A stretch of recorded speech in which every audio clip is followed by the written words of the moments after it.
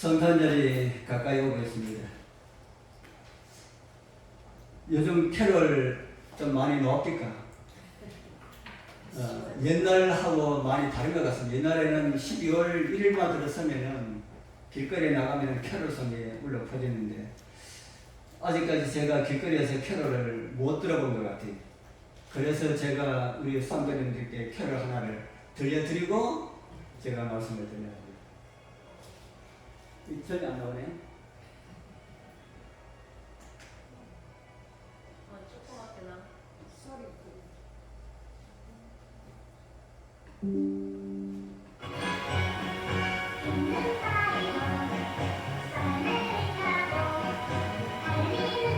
네, 따라 불러도 됩니다.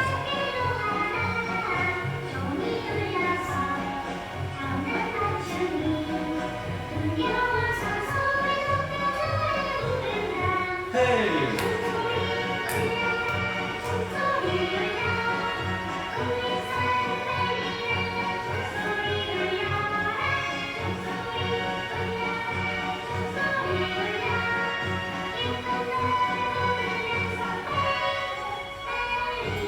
캐롤 하면은 힘든 사이로 오용하지요. 우리 여러분들 많이 불러보셨습니까? 네. 예. 세상에서 수많은 사람들이 주님의 오심을 기념하고 있는 이런 시즌에 저는 함께 교독한 말씀을 중심으로 해서 구원자 예수 그리스도라고 하는 이런 제목으로 함께 은혜를 나누려 합니다. 우리 여러분들도 구원자가 필요합니까? 왜 필요합니까? 어디서 구원받아야 하겠다고 느껴집니까? 어떤 분들은 이런 말을 하니까 이런 지긋지긋한 생활에서 좀 벗어났으면 좋겠다. 이런 가운데서 나를 벗어나게 해줄 그런 구원자가 필요하다. 그렇게 말하는데 우리 여러분들도 그런 생각도 좀 드십니까? 이 세상은 죄의 세상이다 보니까 우리의 살아가는 생활에 어려움이 따르고 고난이 따르고 공부가 있을 수가 있지요. 그런 가운데서 벗어나고 싶은 것은 결코 잘못된 것이 아닙니다. 오늘 이 자리에 그런 분이 있다면은 우리의 구원자 예수님을 만나서 그 가운데서 벗어나는 그런 은혜가 있게 되길 축복합니다. 우리 모두에는 다 차원이 다르지만은 각기 받아야 할 구원이 다 있습니다. 개인이 받아야 할 구원이 있고요. 모든 인류가 받아야 할 그런 구원이 있습니다. 그러나 한꺼번에 다 구원받는 건 아니지요. 온 인류가 다 구원을 받아야 하지만은 그 구원은 다 개인적으로 주어집니다. 오늘은 무엇 때문에 예수께서 오셨는지 그 구원의 의미를 깨닫고 정말 구원받으시는 그런 은혜가 우리 모두와 함께하기를 소원합니다. 성경에 이런 말씀이 있습니다. 창세기 45장 7절입니다. 같이 한번 읽어볼까요? 하나님이 시작. 하나님이 큰 구원으로 당신들의 생명을 보존하고 당신들의 후손을 세상에 두시렸고 나를 당신들 앞서 보내셨나니. 이 말씀이 누가 누구에게 한 말인지 여러분들 다 잘 아시죠? 예, 혹시 또 모르시는 분들이 있어서 말씀을 드립니다. 이 말씀은 요셉이라고 하는 사람이 애굽에서 자기 형들을 만난 자리에서 한 말입니다. 그러면은 무엇 때문에 요셉이 형들에게 이런 말을 하게 되었을까? 요셉이 어떤 사람입니까? 요셉은 야곱이라고 하는 족장 가운데 12아들 가운데 11번째 아들입니다. 그러니까 요셉이 몇 형제입니까? 12형제. 12형제. 12형제 좀 많습니까? 많은 거죠. 좀 많지요. 우리나라도 옛날에는 뭐 8남매, 9남매, 10남매 이렇게 말하는데 요즘은 그런 이야기를 많이 못 듣습니다. 야곱에게는 아들 12과 딸 하나 이렇게 13남매를 두었습니다. 그 중에 요셉이 11번째 아들인데 아버지가 요셉을 특별히 사랑했습니다. 그래서 옷도 꼭 여기에 그림 지금처럼 색동 옷을 만들어서 입히셨습니다.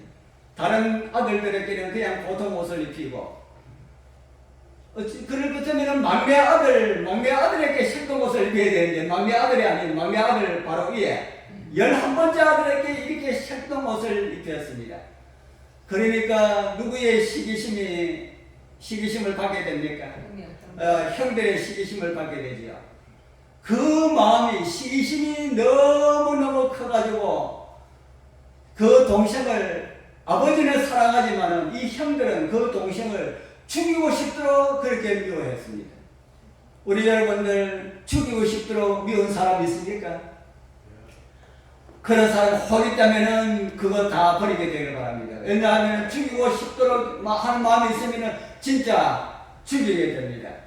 그런데 이 형들이 요셉을 죽이고 싶도록 그렇게 미워했는데 그럴 기회가 없습니다.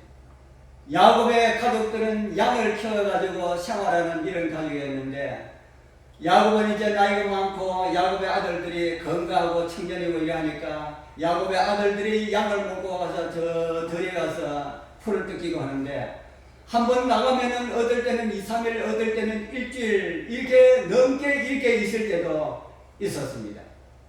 그런데 그날은 이 아들들이 양을 몰고 나가는데 일주일이 넘어도 집에 돌아오지 않냐고 아무런 연락이 없는 겁니다. 그래서 아버지가 요셉에게 이야기합니다. 너 형들이 일주일이 넘었는데도 연락이 없으니까 네가 가서 형들이 잘 있나 없나 그것을 보고 오너라 그랬습니다. 그래서 아들들에게 줄 떡을 만들어가지고 형들을 찾아갑니다. 형들은 아무것도 모르고 양을 먹이겠다가 저 멀리 보니까 동생이 옵니다. 동생이 오는데 옷을 보니까 누군 줄 알아요? 옷을 보니까 알록달록한 옷을 입고 오는 걸 보니까 우리 동생 요셉이 온다는 걸 알았습니다. 그렇지 않아도 미워서 죽겠는데 그 색동 옷을 보니까 더 미운 마음이 생기는 겁니다. 그래서 형제들이 모여합니다.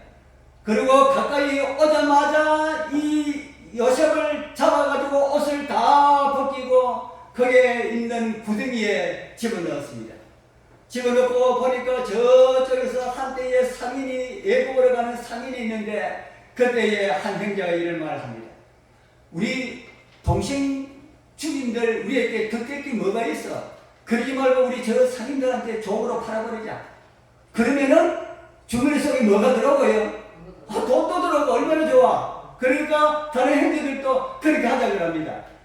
그래서 이 형들이 요셉을 상인한데 은 20개, 그 당시에 노예 한 사람의 값이라고 합니다. 그것을 받고 팔았습니다. 그리고 어떻게 되었을까요? 궁금하신 분은 집에 가셔서 성경 읽어보시고, 성경 읽기도 힘드신 분은 그것이 궁금하다고 이야기하시면 가르쳐드리겠습니다. 그 중간 이야기는 다 생략하고요. 그런데 이 야곱이 살고 있는 그 가족이 살고 있는 그곳에 기근이 왔습니다. 흉년이 왔습니다. 양식이 없어서 죽을 지경입니다. 그런데 저 애굽에는 양식이 있다는 이런 소문이 듣겠습니다.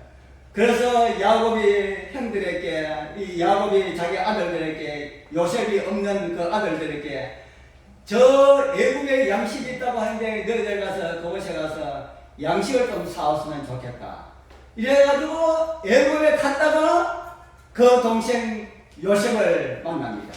근데 요셉을 만나는데 요셉은 지금 뭐가 되어 있다 합니까? 성경에는 요셉은 그곳에 애국 나라의 총리 대신이 왕 다음에 엄청난 권력을 부릴 수 있는 그 총리가 되어 있었습니다. 동생을 미워하여 죽이려 하다가 죽이지 않냐고 장사꾼들에게 팔았는데 그 팔았던 그 동생이 애국에서 종로로 타지 않냐고 국무총리가 되어 있는 그 모습을 보고 이 형들은 두려웠을까요?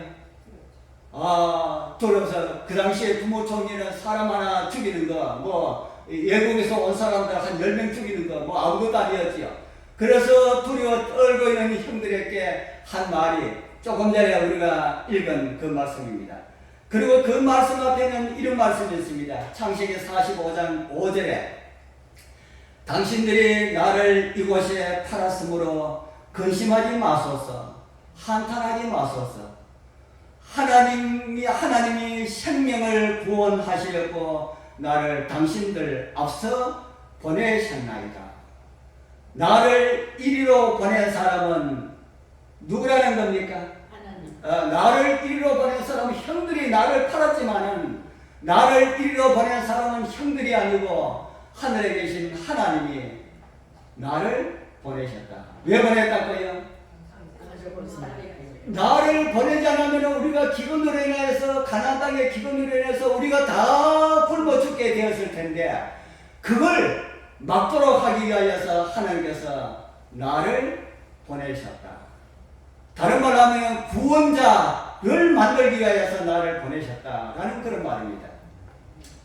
지금 말씀드린 이런 이야기는 인류가 죄 아래에 들어갔을 때에 인류를 구원하기 위하여서 예수님에 대한 아주 적절한 상징이라고 우리는 그렇게 생각할 수가 있습니다.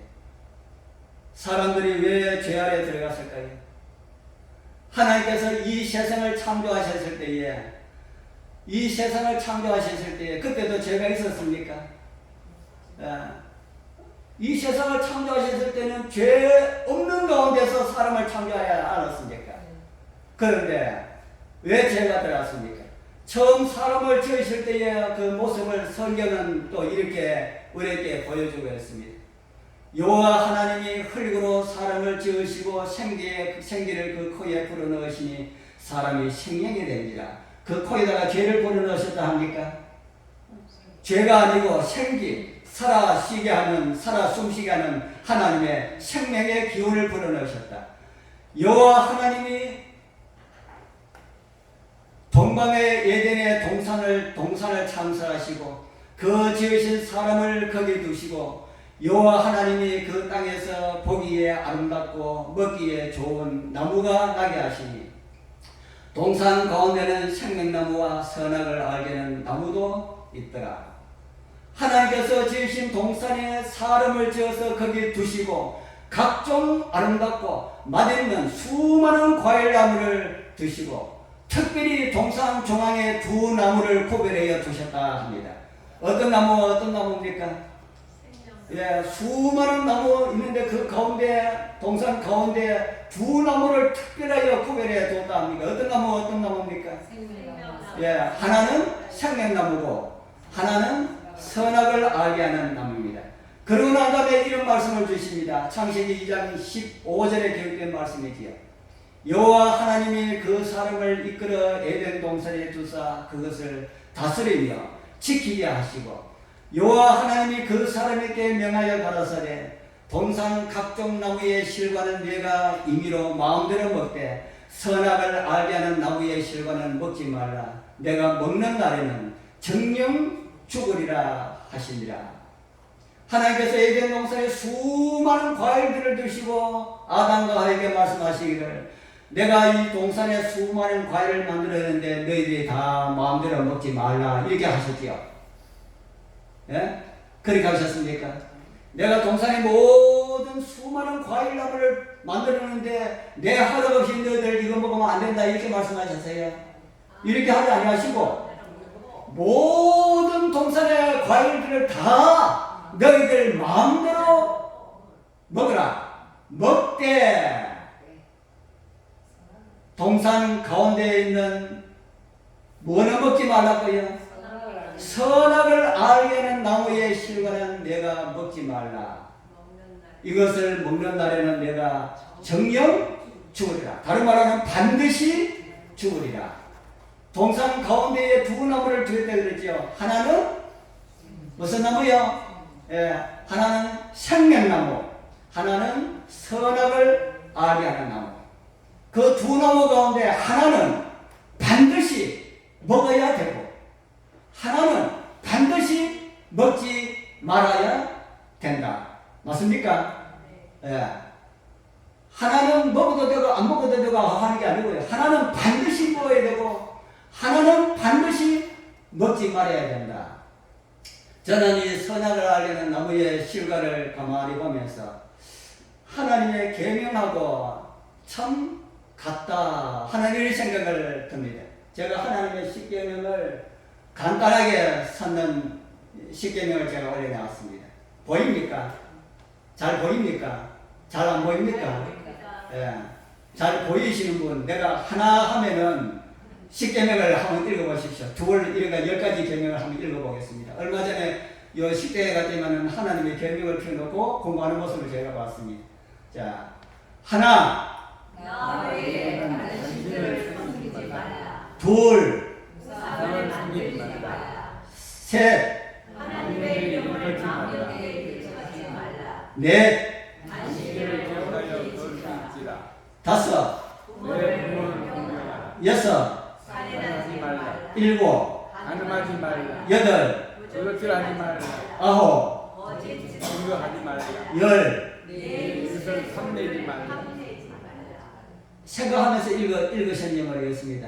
이 말씀을 가만히 보니까 두 가지지요. 두 가지. 선악을 알게 된 나무하고 생명나무하고 똑같은 구조로 되어 있습니다. 하나는 하지 말라. 하나는 하라. 자, 무엇을 하라 그랬고 무엇을 하지 말라 그랬습니까? 빨리 한번 찾아보여주세요. 예지하고 다섯째. 넷째하고 다섯째. 넷째하고 다섯째 뭡니까? 안식일을 거룩히 지켜라. 다섯째, 내 부모를 공경하라. 그래야면 다른 데 말씀해 보면 내 생명이 길리라. 요거는 반드시 하여야 하는 계명이고, 다른 말로 하면 먹어야 되는 과일이고, 다른 내용은 다른 8개는 다 뭐라 그랬습니까? 하지 말라. 요거는 먹지 말아야 될 그런 계명이다. 이제 사단이 아담과 하와를 미혹하기 위하여서 선악을 알게 하는 나무에 실과가 달려있는 나무 가까이 왔습니다. 그리고 그곳에서 하와가 오기를 기다리고 있었습니다. 얼마나 기다린지 우리는 알 수도 없습니다. 그런데 오늘 보니까 하와가 가까이 옵니다. 가까이 오는 하와를 향하여서 뱀이 이런 말을 합니다. 여호와 하나님이 지으신 덜 짐승 중에 뱀이 가장 강교하더라. 뱀이 여자에게 물어가로되 하나님이 참으로 너희들로 동산 모든 나무의 실과를 먹지 말라 하시더냐. 아까 제가 이야기한 것 같지요. 동산 모든 나무의 실과를 드시고 하나님이 먹지 말라 하셨느냐 제가 말씀을 드리지 않았습니까? 사단이 그렇게 묻습니다. 동산 모든 나무의 실과를 하나님이 먹지 말라 하시더냐 해야만이 누가 대답을 해요? 하와가. 그래야만이 하와가 대답합니다. 아무리 좋은 이야기라도 사단이 하는 이야기는 여러분 대꾸하면 안 됩니다. 사단이 올 때에 너 안식일 하나님께서 지키라 했지 이렇게 묻지 않아요. 너 하나님 그 부모를 공경하려 했지 이렇게 묻지 않는다는 겁니다. 하나님이 정말로 부모를 공경하지 말라 하시느냐 이렇게 묻습니다. 이렇게 물을 때에 그 하와가 대답을 하지요. 대답을 이끌어내기 위한 사단의 술책입니다. 여자가 뱀에게 말하되 동산나무의 실과를 우리가 먹을 수 있으나 동산 중앙에 있는 나무의 실과는 하나님의 말씀에 너희는 먹지도 말고 만지도 말라. 너희가 죽을까 하느라 하셨느니라. 그러니 사단이 그 다음에 무슨 말을 합니까? 너희가 뭐 한다고요? 너희가 결코 죽지 아니하리라 그렇게 말을 하지요. 이 말에 속아서 하와가 선악을 알게 하는 나무의 실과를 따먹었습니다. 어쩌면 뱀이 따져온지 모르겠습니다. 그러고는 아담에게 자기 혼자 죽는 것이 원통이었는지 뭐 어떻게 했는지 모르겠습니다만 그걸 아담에게 갖다 주어서 그 어리석은 아담, 참 남자는 참 어리석어요. 그 어리석은 아담이 그것을 먹고 그날 함께 죽었습니까? 죽진 않았어. 성경에는 먹는 날에 죽으리라 했습니다. 먹는 날에 죽었습니까? 예, 제가 오늘 먹는 날에 죽었다라는 것을 제가 말씀을 드리려 합니다. 성경이 말하는 용어 중에 우리가 헷갈리는 용어가 있습니다. 성경이 말하는 아주 많은 용어들 가운데 헷갈리는 용어들이 많은데 이것도 그 가운데 하나입니다. 마태복음 8장 22절 우리 같이 한번 보겠습니다. 예수께서 시작. 예수께서 가라사대 죽은 자들로 저희 죽은 자를 장사하게 하고 너는 나를 쫓으라 하십니다. 이 말에 다른 말 하면 한 사람이 예수께 가서 주여 우리 집에 초상이 났는데 그 죽은 자 장사하고 난 다음에 오겠습니다 라는 말이죠. 이 말씀에 예수께서 하신 말씀이 누가 누구를 장사하라 했습니까? 죽은 자가 누구를 장사해요?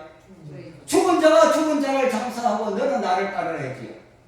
죽은 자가 몇이 나옵니까? 둘이 나오잖아요. 죽은 자들이 죽은 자를 장사해라. 우리 감독 누님하고 우리 남선 우리 동생은 이게 무슨 내용인지 잘 모르겠지요. 죽은 자가 어떻게 죽은 자를 장사할 수가 있나? 죽은 자가 아무것도 모르고 있는데 제가 성경이 말하는 그 죽은 자가 무엇인지 제가 말씀을 드리려 합니다. 잘 들으세요. 고린도전서 15장에 보면은 이런 말씀이 있습니다. 15장 22절 아담 안에서 모든 사람이 뭐 했다고요? 아담 안에서 모든 사람이 죽은 것 같이 언제 죽었습니까? 아담이 언제 죽었습니까? 선악을 알게 하는 나무의 실과를 먹는 순간 아담이 죽었습니다. 아담이 죽었습니다. 그러니까 죽은 아담이 하와하고 동침해서 아이를 낳으니까 죽은 아담의 아이를 낳으니까 그 아이도 무슨 아이예요? 죽은 아이를 낳았어.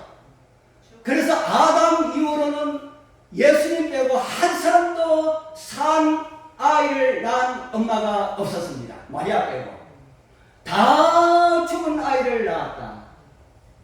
아담이 언제 죽었다고요? 아담이 언제 죽었다고요?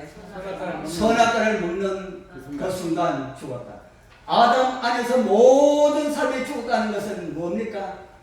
아담이 먹는 그 순간부터 시작해서 아담이 물려주는 유전자는 다 죽은 유전자다. 그래서 다 하나님의 생명에서 떠난 생명으로 그렇게 태어난다 하는 겁니다. 여기 선풍기가 하나겠습니다. 제가 이 죽은 생명과 산 생명을 제가 이야기할 때 선풍기 얘기를 제가 잘 합니다. 자, 여기 선풍기인데 이 전기 연기라고 스위치를 딱 키면 어떻게 되나요? 돌아갑니까? 잘 돌아가죠. 자, 잘 돌아갑니다. 자, 돌아가는데 코드를 딱 뽑으면 어떻게 할까요? 코드 딱 뽑으니까 선풍기가 딱 섭니까? 요즘 새로 나온 선풍기는 그런 게 있는지 모르겠습니다. 코드 딱 뽑으면 딱 서는 거. 그런데 선풍기 돌아가는데 코드 뽑으면 그대로 계속해서 돌아갑니다. 그러나 그 돌아가는 선풍기는 살아있는 선풍기입니까? 죽은 선풍기입니까? 죽어있는 선풍기. 코드를 뽑고 난 다음에 선풍기가 돌아가지만 살아있는 선풍기입니까? 죽은 선풍기입니까? 죽은 선풍기. 죽은 선풍기로 볼 수 있지요. 그래서 성경은 우리 모두가 다 예수 믿기 전에는 다 어떤 사람이었다고? 죽은 사람이었다 하고 그렇게 성경은 우리에게 가르치고 있습니다. 이 선풍기처럼 죽은 선풍기가 되었다. 죽은 사람으로 사람이 되었다 하는 겁니다. 그런 사람들에게 이런 말씀을 주십니다. 제가 정말 좋아하는 성경 말씀 가운데 여러 말씀인데 그 말씀 가운데 하나입니다. 좋은 말씀이니까 우리 같이 한번 읽어보는 게 낫겠죠. 진실로 시작. 진실로 너에게 이르노니 죽은 자들이 하나님의 아들의 음성을 들을 때가 오라니 곧 이때라. 듣는 자는 살아나리라. 아멘. 이 말씀은 아담 안에서 죽은 자들이 하나님의 아들의 음성을 들을 때가 있을 것인데 듣는 자는 살아나리라 하십니다. 그런 일이 언제 있을까요? 예수님 재림하실 때. 예수님 재림. 믿는 자들이 기다리는 예수님의 재림의 날입니다. 이곳 사진처럼 무덤 속에 있는 자들이 분명히 하나님의 아들의 음성을 듣고 그 음성을 듣는 사람들은 다 일어날 것입니다. 그 아침에 예수님의 재림하는 그 아침에 우리 사랑하는 성도님들 혹시 이 땅에서 죽는다 할지라도 그 아침에 꼭 일어나게 되기를 축복합니다. 아멘. 그런데 유황불에 멸망하기 위해서 일어나는 백성들도 있다 그러죠. 예. 그런데 오늘 참여하신 우리 모두는 그 멸망 심판, 유황불에 심판하는 그 부활이 아니고 영원한 생명의 부활 가운데 일어났으면 좋겠습니다. 그런데 그 말씀은 이 말씀은 이것만 말씀하시는 것이 아니지요. 지금 이 순간에도 하나님의 아들의 음성은 선포되어지는데 그 음성을 듣는 사람은 지금 이 순간에도 살아날 수가 있다는 겁니다.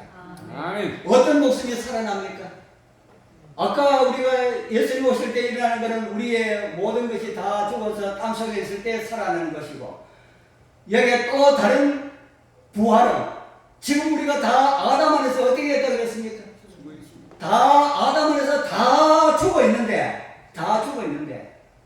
하나님의 말씀이 들리는 사람은 그 말씀을 듣고 어떻게 될 것이랄까요? 살아납니다. 살아날 것이다. 언제요? 지금 바로 우리 사랑하는 성도님들, 우리 모두가 다 아직까지 이 세상에 취하여서 잠자고 있는 상태라면은 우리에게 일어나라고 말씀하신, 살아나라고 말씀하시는 하나님의 아들의 음성을 듣고 다 살아나게 되길 축복합니다. 그런데 성경은 모든 사람들이 다 죽은 것이라고 하지 않지요. 말씀을 들으시는 우리 모두가 다 영원한 생명 가운데 살아가는 우리 모두가 되었으면 좋겠습니다. 성경은 아담 안에서 모든 사람이 다 죽었다고 말하고 있지요. 이 세상에 살아가는 수많은 사람들 자기가 살아있다고 깍둑대지만은 다 성경 통해서 보면 다 죽은 뭐라는 말입니까? 다 죽은 송장들이다. 송장들. 다 죽은 송장들이다. 저와 여러분들도 예수 믿고 영원한 생명을 얻기 전에 다 그런 모습이었습니다. 그 죽은 자들을 살려주기 위하여서 하나님께서 큰 일을 행하셨습니다. 그것이 우리 교독할 때 읽은 말씀 중 한 말씀이죠. 마태복음 1장 21절 같이 한번 읽어보겠습니다. 죽은 생명을 살려주기 위해서 하나님께서 하신 일입니다. 아들을 시작. 아들을 낳으리니 이름을 예수하라. 이는 그가 자기 백성을 저희 죄에서 구원할 자이심이라 합니다. 우리 사랑하는 하나님의 귀하신 아들과 딸들이시여, 여러분들을 살리기 위하여서 오신 예수님께서 우리 모두에게 살라고 하십니다. 그리고 듣는 자는 살아나리라고 하십니다. 예수 그리스도의 음성을 듣고 우리 다 살아나게 되길 바랍니다. 그런데 우리를 위하여서 오신 그분이 누굽니까? 그분의 신호를 사도 바울은 우리에게 이렇게 말해주고 있습니다. 아들로 태어나신 그분의 신호를 사도 바울은 우리에게 이렇게 말해주겠습니다. 빌립보서 2장 5절에서 8절 우리 같이 한번 읽어보겠습니다. 말씀을 깊이 생각하시면서요. 너희 안에 시작. 너희 안에 이 마음을 품으라. 곧 그리스도 예수의 마음이니 그는 근본 하나님의 본체시나 하나님과 동등됨을 취할 것으로 여기지 아니하시고 오히려 자기를 비워 종의 형체를 가져 사람들과 같이 되었고 사람의 모양으로 나타나셨으니 자기를 낮추시고 죽기까지 복종하셨으니 그 십자가에 죽으시니라. 그분이 누구라 합니까? 그의 근본은 누구라 할까요? 하나님의 본체, 다른 말로 하면은 하나님 자신이시다. 아멘입니까? 그분을 사도 바울은 말하기를 그의 근본은 하나님의 본체, 다른 말로 하면은 하나님 그분이시다. 바로 사람을 지으신 그분께서 사람이 죄 가운데 빠졌을 때에 내가 저들을 구원해야 되겠다 하고 아기로 오셨다라는 그런 말씀을 성경은 우리에게 해주고 있습니다. 저는 초림의 계절 예수님의 십자가와 관련된 모습을 조금 보여드리려고 합니다. 2000년 전 예수님께서 오셔서 유다여야에서 달리시고 길을 보여주셨지요. 입맞춤으로 스승을 팔고 예수님은 폭도에게 잡혀서 끌려갔습니다. 인류를 구원하기 위해서 십자가형을 언도를 받고 채찍에 맞습니다. 우리 죄 때문에 상처를 받으셨고 우리 주님 정말 이 영화 저는 참 눈뜨고 보기가 힘든 그런 영화입니다.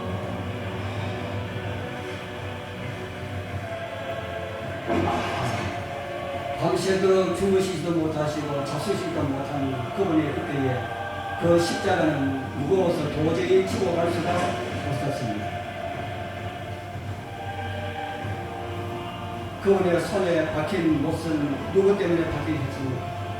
나의 죄로 인하여서, 나의 죄로 인하여서 그분의 손에 못이 박히고 우리의 구원을 위하여서 하늘을 비우고 이 땅에 오셨던 그분의 발은 십자가에 고정된 못에 의하여서 박히셨습니다. 그리고 십자가에서 다 이뤘다 하시면서 돌아가셨습니다. 바로 이분이 우리를 위하여서 사람 되어 오신 그리스도시다. 나를 구원하기 위하여서, 여러분들을 구원하기 위하여서 이 방법 아니면은 할 수가 없었다는 겁니다. 저와 여러분들을 위하여서 사람 되어 오시지 아니하시면은 저와 여러분들을 구원할 수가 없었기 때문에 사람 되어 오시고 저와 여러분들을 대신해서 죽으셨습니다. 그리고 저와 여러분들을 구원하셨습니다. 이런 사실을 믿으면은 어제도 오후에 우리 만나서 이야기했습니다. 구원은 어려운 것이 아니라 이런 사실을 우리가 믿으면은 믿는 자는 다 구원을 주시리라고 성경이 약속하고 하나님께서 우리에게 말씀하셨습니다. 우리 사랑하는 성도님들 한 분도 빠짐없이 하늘이 저와 여러분들을 위하여서 베풀어 주신 이 구원을 받아들이고 구원의 소망 가운데 살다가 우리 주님 오시는 그 큰 날에 기쁨으로 주님을 영접하게 되길 축복합니다. 기도드리겠습니다. 하늘에 계시는 거룩하신 우리 아버지 하나님 감사합니다. 우리가 다 죽은 자 되었을 때에 우리를 위하여서 오신 창조주 하나님께서 사람 되어 오시고 죽으신 그 놀라운 사실을 보게 해주셔서 감사합니다. 우리를 위하여서 치르신 하늘의 그 놀라운 은혜를 거절하지 말게 하시고 주님을 믿고 산 생명으로 살아가게 하옵소서. 예수님 이름으로 간절히 기도드리옵나이다. 아멘.